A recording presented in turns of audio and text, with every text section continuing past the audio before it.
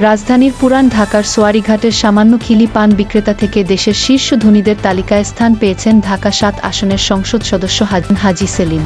তার উত্থান নিয়ে রয়েছে বহু গল্প। এসব গল্পের মধ্যে অন্ধকার অংশই বেশি। ভূমি দখল, দুর্বলদের সম্পত্তি নামমাত্র মূল্যে কেনা এবং সর্বোপরি রাজনৈতিক আশ্রয়-প্রশ্রয়ে অঢেল সম্পদের মালিক হয়েছেন হাজী সেলিম। গত সপ্তাহে তার ছেলে ঢাকা দক্ষিণ সিটি কর্পোরেশনের ওয়ার্ড কাউন্সিলর এরফান সেলিম নৌবাহিনীর একজন কর্মকর্তাকে মারধর করে আলোচনায় আসেন।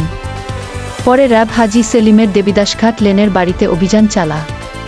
সেখান থেকে অবৈধ অস্ত্র, মাদক ও ওয়াক্টকি উদ্ধার করা হয়। পরে ভ্রাম্যমাণ আদালত এরফান সেলিমকে কারাদণ্ড দেন। এরপর শুরু হয় হাজী সেলিমের বিষয়ে খোঁজখবর নেওয়া।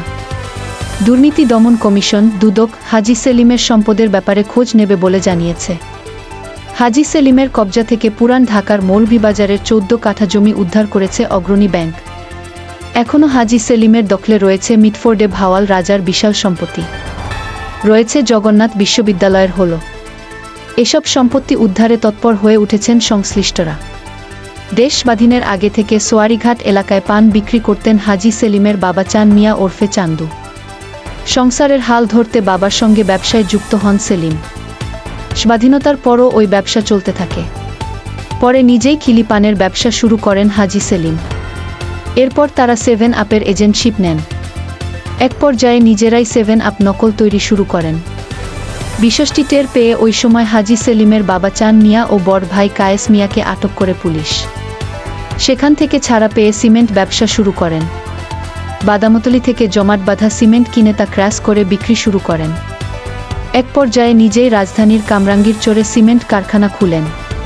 কিন্তু সিমেন্টের ব্যাগে বালি ও মাটি মিশিয়ে বাজারজাত করতে থাকে তার প্রতিষ্ঠান।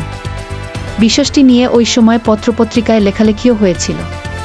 তবে হাজী সেলিসের কিছু ভালো গুণও ছিল। সাধারণ মানুষ বিপদে পড়লে তিনি তাদের পাশে দাঁড়াতেন। এজন্য তার সাহসের প্রশংসাও ছিল। মাদকের বিরুদ্ধে বরাবরই সোচ্চার ছিলেন। এলাকার মাদক বিক্রেতাদের কাজে বাধা হয়ে দাঁড়ান হাজী সেলিম।